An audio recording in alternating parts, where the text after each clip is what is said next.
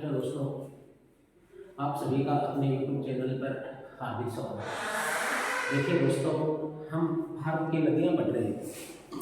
नदियों में हमने पढ़ा गंगा नदी, उसके बाद में दूसरी नदी द्रोणी हमने ब्रह्मपुत्र नदी द्रोणी पढ़ी। आज उत्तर भारत हिमालय पर्वत की तीसरी नदी द्रोणी, और वो है सिंधु सिंधु नदी द्रोणी। सिंधु नदी द्रोणी, द्रोणी क्या होता है दोस्तों? मुख्य नदी और उसकी समस्त सहायक नदियां मिलकर ही नदी द्रोणी कहलाती है। अब उत्तर भारत की हिमालय नदी द्रोणी में सिंधु नदी। अब सिंधु नदी की विशेषताएं हम देखते हैं। सबसे पहले सिंधु नदी का उद्गम कहाँ से? सिंधु नदी का उद्गम स्थान, सिंधु नदी का उत्पत्ति स्थान, उद्गम स्थान कौन सा है? दोस्तों, बात करते हैं हिमालय पर्वत की नदियों में, और हिमालय पर्वत की नदियों में देखते हैं तो सबसे आज सिंधु नदी द्रोणी। सिंधु नदी द्रोणी की लोकेशन यदि हम देखते हैं, भारत में किस राज्य से, कहां से निकलकर सिंधु नदी द्रोणी कहां पर जाती है? दोस्तों, सबसे पहले देखते हैं हमारे इस हिमालय पर्वत के ऊपर यहाँ पर तिब्बत है। ये क्षेत्र तिब्बत है। तिब्बत में भारत का एक पवित्र पर्वत है कैलाश पर्वत। कैलाश पर्वत पर यहाँ पर एक झील है। इस झील का नाम है मानसरोवर। कौन सी झील? मानसरोवर। तिब्बत में कैलाश पर्वत पर मानसरोवर झील के पास यहाँ पर एक ग्लेशियर है, एक हिमनद है। इस ग्लेशियर का नाम है बोखरचू। ये सिंधु नदी का उद्गम स्थान है। सिंधु नदी का उद्गम स्थान हुआ तिब्बत में कैलाश पर्वत पर मानसरोवर झील के पास। बोखरचू हिमनद से होती है। सिंधु नदी यहाँ से निकलती है। सिंधु नदी का उद्गम स्थान आपके सामने है। उसके बाद में सिंधु नदी की कुल लंबाई की बात करते हैं। कुल लंबाई सिंधु नदी की कुल लंबाई है, वो है 2880 किलोमीटर। कितना है? 2880 किलोमीटर। लेकिन दोस्तों, सिंधु नदी 3 देशों में बहती है, तिब्बत, चीन, भारत और पाकिस्तान। भारत में सिंधु की लंबाई जो है, सिंधु नदी भारत में लंबाई है 1114 किलोमीटर।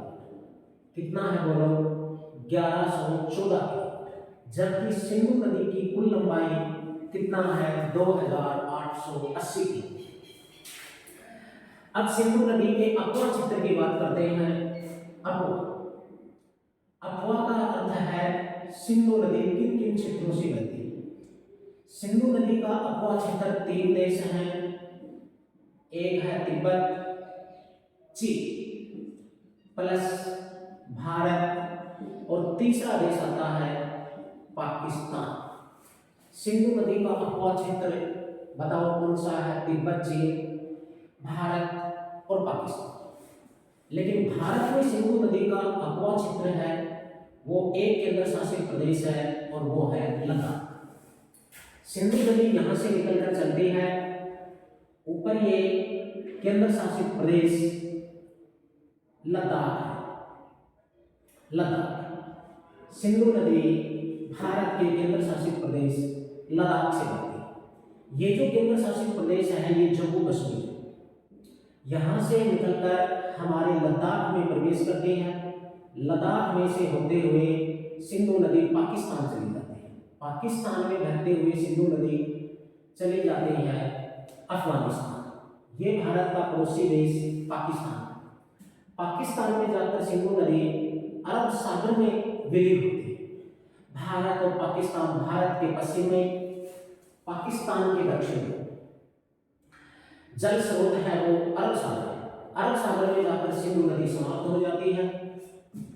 3 देश अफवा क्षेत्र हैं, तिब्बत प्लस चीन, भारत, पाकिस्तान। भारत में लद्दाख में बहती है। सिंधु नदी के किनारे लद्दाख की राजधानी लेह बसी हुई है। बताओ लेह नगर किस नदी के किनारे है? सिंधु नदी के किनारे। दोस्तों यहाँ पर पाकिस्तान का शहर कराची, पाकिस्तान का शहर कराची और भारत का लेह सिंधु नदी के किनारे बसे हुए हैं। भारत में यहाँ पर सिंधु नदी जब प्रवेश करती है तो इस स्थान का नाम दमचौक है। तो सिंधु नदी भारत में प्रवेश कहाँ पर करती है? दमचौक में। दमचौक लद्दाख से सिंधु नदी भारत में प्रवेश करती है। लद्दाख में लेह से बहते हुए यहाँ पर नंगा पर्वत के पास, नंगा पर्वत के पास सिंधु नदी है, वो भारत से समाप्त हो जाती है। तो सिंधु नदी का भारत में प्रवेश स्थान दमचौक लद्दाख, सिंधु नदी का भारत से समाप्ति स्थान नंगा पर्वत के पास समाप्त हो जाती है और फिर दर्दिस्तान प्रांत में चिल्लास के निकट पाकिस्तान में प्रवेश कर जाती है। पाकिस्तान में कराची से बहते हुए अरब सागर में जाकर सिंधु नदी समाप्त होती है। दोस्तों सिंधु नदी के बात करते हैं तो यह सर्वाधिक गार्जों से बहती है, सर्वाधिक गार्जों को पार करती है, लद्दाख, जास्कर, काराकोरम जैसे। लेकिन सबसे गहरा गार्ज जो बनाती है, सबसे गहरा गार्ज सिंधु नदी द्वारा निर्मित गिलगित है। सिंधु नदी भारत में सबसे बड़ा पर्वतमालाओं, दर्रों, गार्जों को पार करती है, लेकिन सिंधु नदी द्वारा निर्मित सबसे गहरा गार्ज कौन सा है? गिलगित। इससे सिंधु नदी बहती है। दोस्तों सिंधु नदी की सहायक नदियां कौन सी? सिंधु की सहायक नदियों की बात करते हैं दोस्तों, सहायक नदियां। सिंधु की सहायक नदियां कौन सी हैं? याद रखना, पंजाब की पंच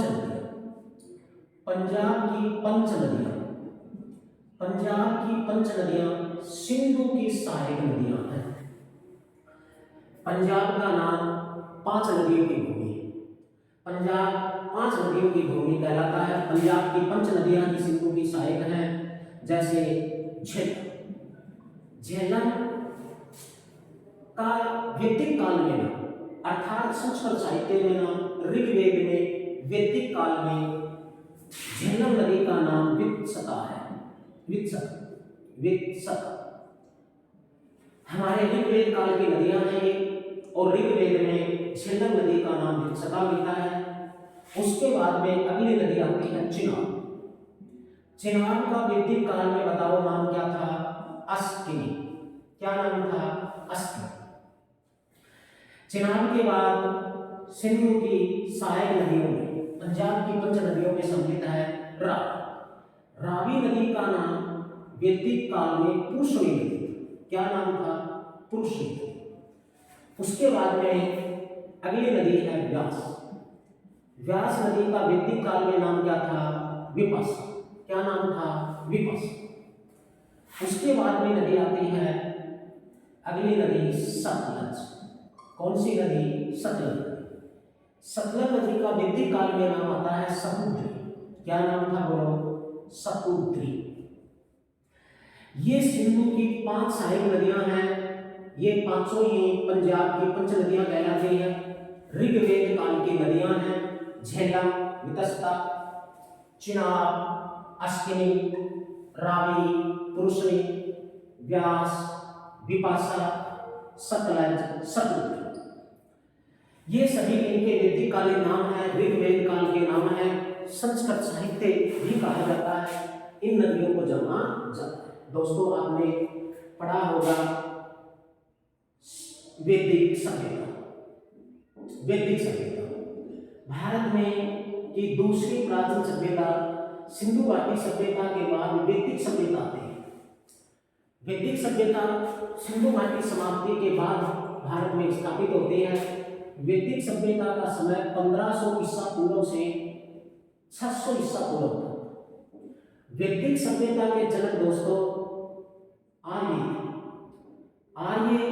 मध्य एशिया के मूल निवासी। आर्य मध्य एशिया से चलकर इस क्षेत्र में पहुंचे और यहाँ आकर देखा तो अच्छी जलवायु वाला, नदियों द्वारा निर्मित भूभाग, हिमालय से निकलने वाली नदियां जो वर्ष भर बहती हैं, जल की जलापूर्ति, आवश्यकता की पूर्ति करती हैं, नदियों द्वारा जलोढ़ मिट्टी का उपजाऊ मैदान मिला और सर्वप्रथम आर्य भारत आकर बसे। उसी क्षेत्र को कहा गया था सप्त सिंधु प्रदेश। सप्त सिंधु प्रदेश, सप्त सिंधु प्रदेश दोस्तों, सिंधु और उसकी सहायक नदियों का नाम। साथ में सप्त सिंधु प्रदेश में 7 नदियों में से 7वीं नदी नीचे सरस्वती नदी आ जाती है, जो वैदिक काल की थी, वर्तमान में लुप्त है। तो सप्त सिंधु प्रदेश नाम किसका था? आर्य सर्वप्रथम भारत आकर जिस क्षेत्र में बसे उसे सप्त सिंधु प्रदेश कहा गया। सप्त सिंधु प्रदेश का उल्लेख ऋग्वेद से मिलता है। सप्त सिंधु प्रदेश, 7 नाम, सप्त सिंधु प्रदेश नाम किस प्रदेश का था? 7 नदियों का क्षेत्र ही कहलाया सप्त सिंधु प्रदेश। 7 नदियों का क्षेत्र ही सप्त सिंधु प्रदेश कहलाया। सप्त सिंधु प्रदेश में 7 नदियां थी जो ऋग्वेद में उल्लेख मिलता है, जिसमें से एक नदी सिंधु। सिंधु के बाद झेलम, वितस्ता, चिनाब, अश्विनी, रावी, पुष्णी, व्यास, विपाशा, सतलज, सतलज और 7वीं नदी सप्त सिंधु प्रदेश की नदी सरस्वती आती है। सरस्वती नदी सप्त सिंधु प्रदेश की 7वीं नदियों में काउंट होती है, जो हिमाचल के पास शिमला से कालका की पहाड़ियों से इसका उद्गम स्थान माना जाता है। दोस्तों अब इसी में आगे देखते हैं तो सिंधु नदी भारत से बहते हुए पाकिस्तान जाती है। साथ में सिंधु की ये 5 सहायक नदियां भी हैं। साथ में पाकिस्तान में सिंधु में एक नदी आकर और मिलती है और वो है काबुल नदी। पाकिस्तान में सिंधु नदी में कौन सी नदी आकर मिलती है? वो नदी है काबुल नदी, ये याद रखना। अब होता है सिंधु जल समझौता। बोलो क्या है? सिंधु जल समझौता। दोस्तों सिंधु और उसकी ये 5 सहायक नदियों का समझौता था। सिंधु जल समझौता, सिंधु और उसकी 5 सहायक नदी, 6 नदियों का समझौता है। भारत पाकिस्तान के मध्य ये समझौता है। सिंधु समझौता 19 सितंबर 1960 ईस्वी को हुआ। बोलो सिंधु जल समझौता कब हुआ? 19 सितंबर 1960 को। सिंधु जल समझौता किन देशों के मध्य हुआ? अर्थात सिंधु जल विवाद अंतरराष्ट्रीय जल विवाद था भारत और पाकिस्तान का।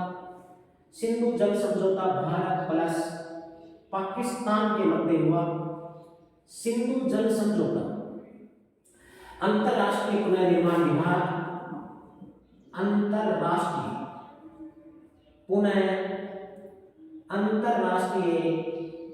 पुनर्निर्माण विभाग व विकास बैंक की मध्यस्थता से, विकास बैंक की मध्यस्थता से। याद रखना दोस्तों, सिंधु जल समझौता 29 सितंबर 1960 को भारत व पाकिस्तान के मध्य हुआ। किसकी मध्यस्थता से हुआ? अंतरराष्ट्रीय पुनर्निर्माण विभाग तथा विकास बैंक की मध्यस्थता से। सिंधु जल समझौता सिंधु और उसकी 5 सहायक नदियों का समझौता है।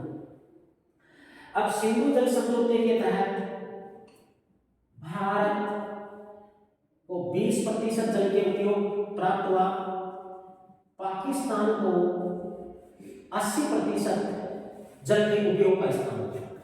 6 नदियों में से रावी, व्यास, सतलज, इन 3 नदियों के जल का उपयोग भारत को मिला अधिकार।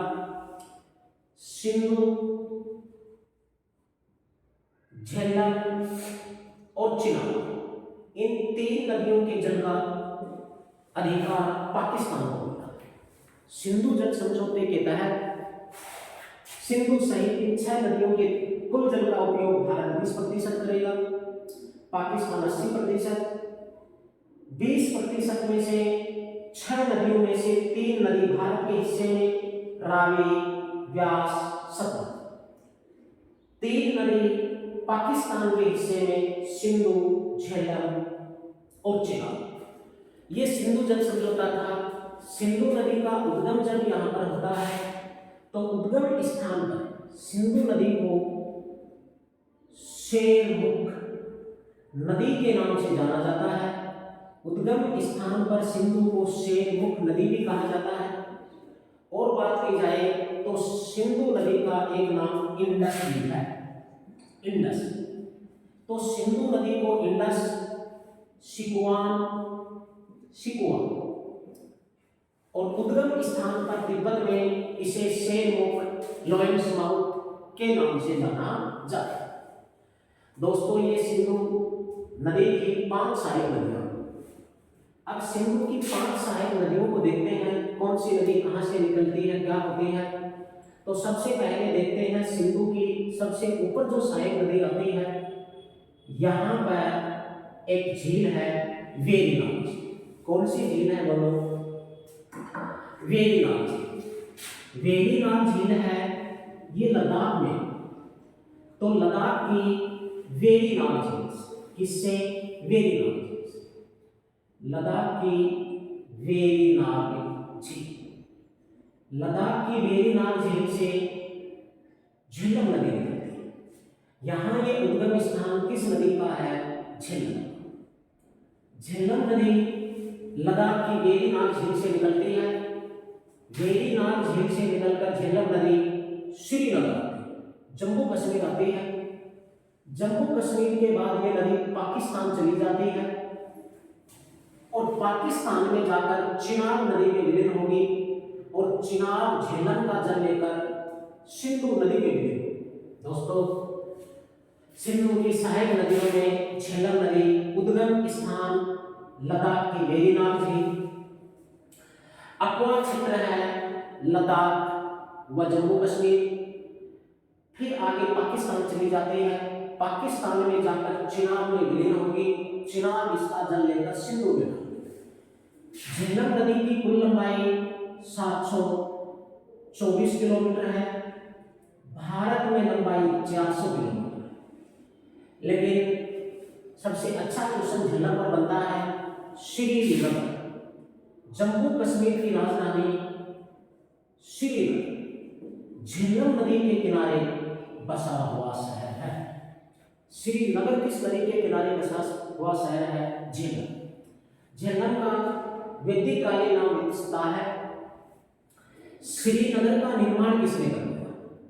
श्रीनगर जम्मू कश्मीर की राजधानी का निर्माण सम्राट अशोक मौर्य ने कर दिया। सम्राट अशोक मौर्य। राजतरणी ग्रंथ के अनुसार सम्राट अशोक ने कश्मीर विजय प्राप्त की थी। कलह का एक ग्रंथ है राजतरणी। राजतरणी के अनुसार अशोक ने कश्मीर पर आक्रमण किया, अधिकार प्राप्त किया और फिर श्रीनगर नगर की स्थापना करवाई। झेलम नदी यहाँ जम्मू कश्मीर में वुल्लर झील, किसको? वुल्लर झील को जल प्रदान करती है, वुल्लर झील।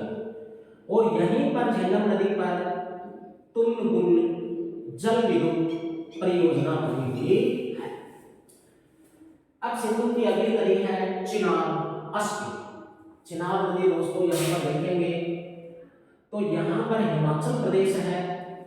हिमाचल प्रदेश में लाहौल घाटी में, कौन सी घाटी में?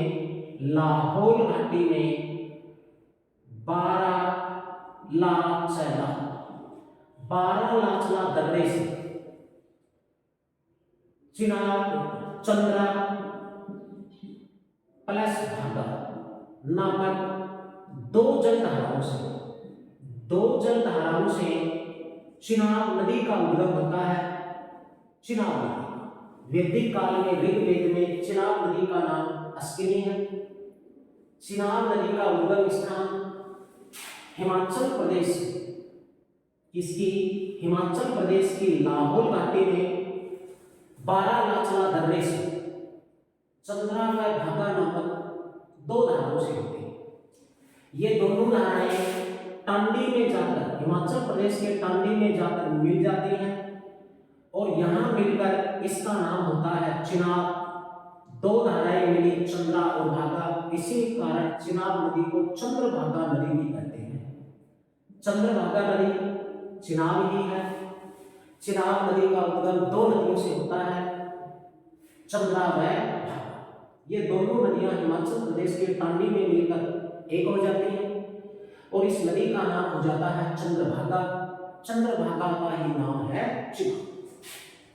चिनाब नदी यहां से निकलकर थोड़ी लद्दाख जाती है, लद्दाख के बाद जम्मू कश्मीर आ जाती है, जम्मू कश्मीर के बाद पाकिस्तान और पाकिस्तान में जाकर सिंधु नदी में विलीन हो जाती है। चिनाब नदी में ही पाकिस्तान में झेलम नदी जाकर विलीन हो जाती है। चिनाब नदी का अपवा क्षेत्र लद्दाख, चिनाब नदी का अपवा क्षेत्र हिमाचल, लद्दाख, जम्मू कश्मीर, भारत प्लस पाकिस्तान, ये चिनाब नदी का अपवा क्षेत्र है। चिनाब नदी की कुल लंबाई देखी जाए तो 1800 किलोमीटर है।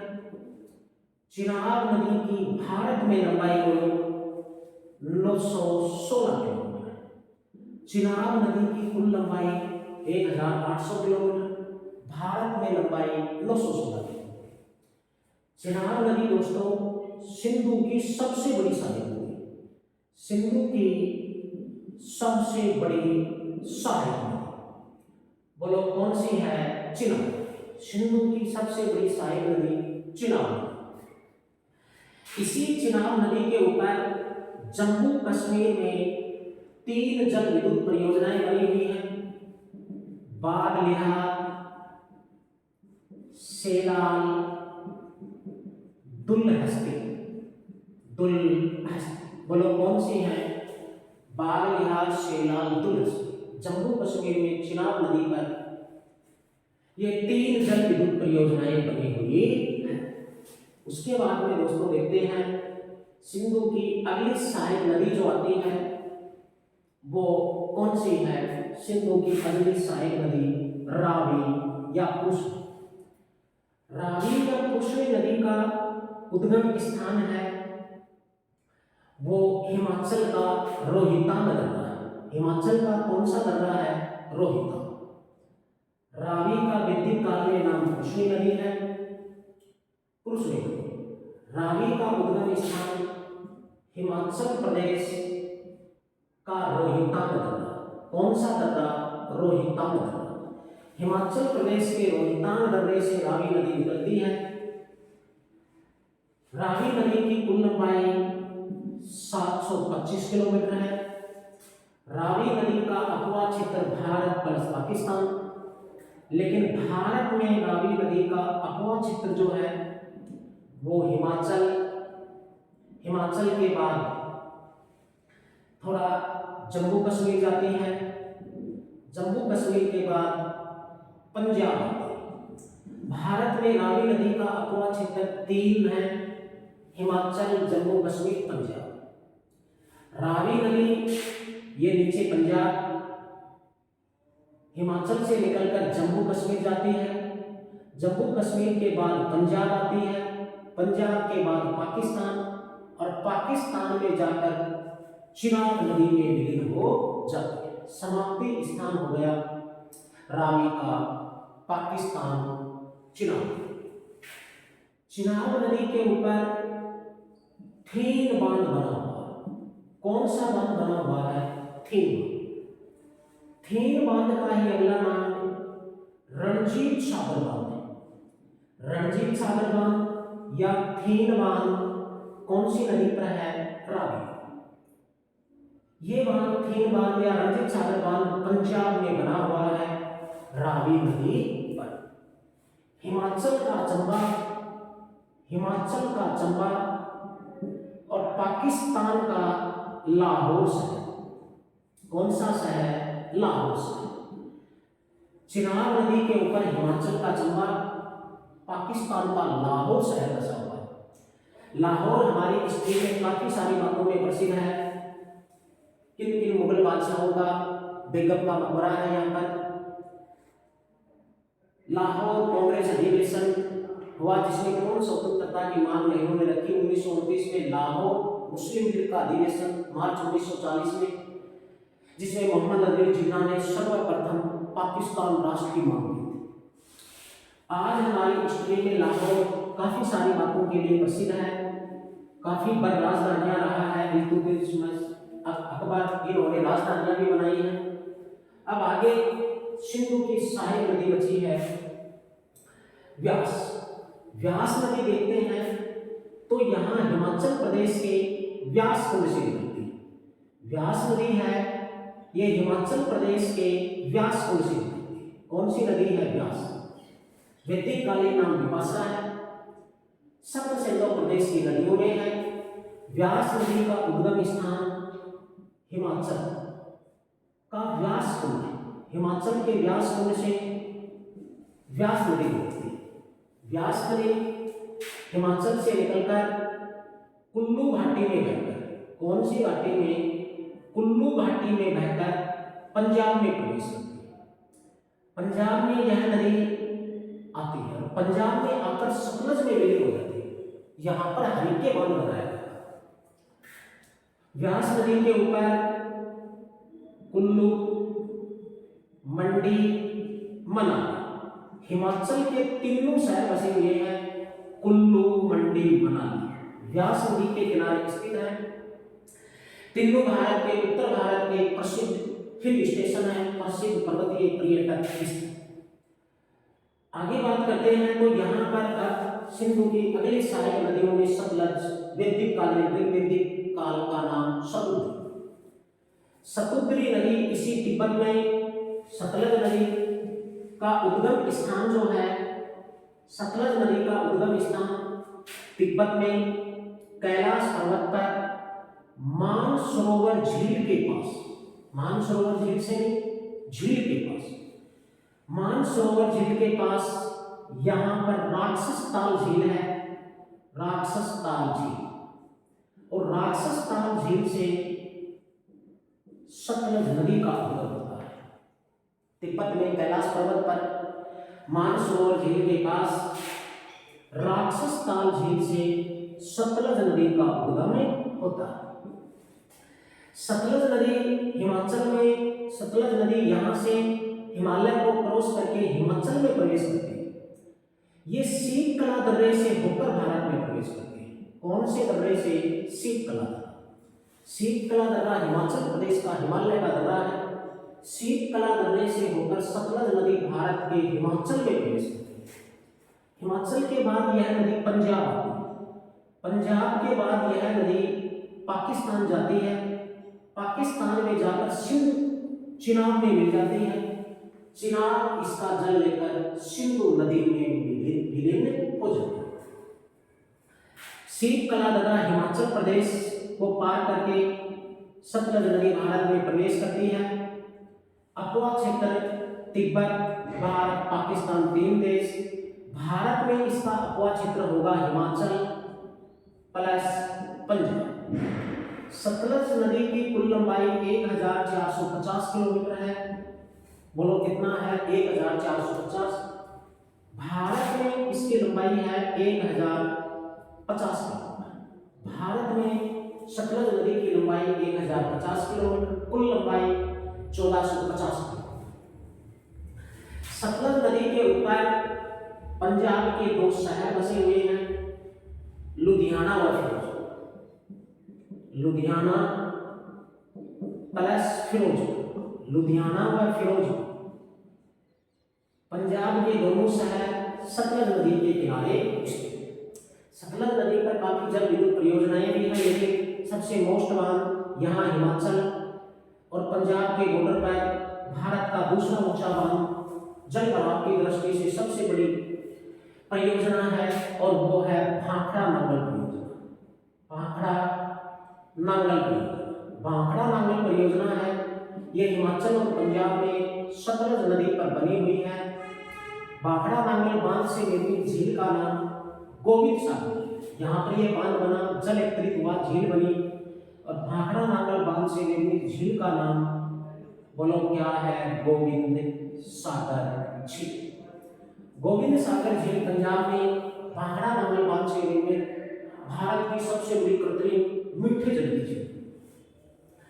ये सतलज नदी का प्रवाह क्षेत्र था। यहाँ पर पंजाब में ये व्यास नदी थी। व्यास नदी का समाप्ति स्थान पंजाब में सतलज नदी है। जहाँ पंजाब में सतलज नदी में व्यास नदी का विलीन होता है, यहाँ पर एक बांध बनाया गया है। इस बांध का नाम है हरिके बैराज। क्या है? हरिके बैराज। हरिके बैराज किन नदियों के संगम पर है? सतलज प्लस व्यास। सतलज और व्यास नदियों के संगम पर पंजाब में हरिके बांध है। इसी हरिके बांध से निकाली गई है इंदिरा गांधी नहर। इंदिरा गांधी नहर जो राजस्थान की नहर है, इंदिरा गांधी नहर। इंदिरा गांधी नहर कहाँ से निकाली गई है? हरिके बैराज से, पंजाब से। इंदिरा गांधी नहर में किन नदियों का पानी आता है? सतलज और व्यास। सतलज और व्यास दो नदियों का पानी इंदिरा गांधी नहर में आता है। इंदिरा गांधी नहर का उद्गम स्थान हरिके बैराज है, अर्थात बांध। बैराज किसे कहते हैं? वह बांध जिसके जल का उपयोग केवल और केवल सिंचाई के लिए किया जाता है, उसे बैराज कहा जाता है। दोस्तों, आज हमने सिंधु और उसकी 5 सहायक नदियां पढ़ी। ओके।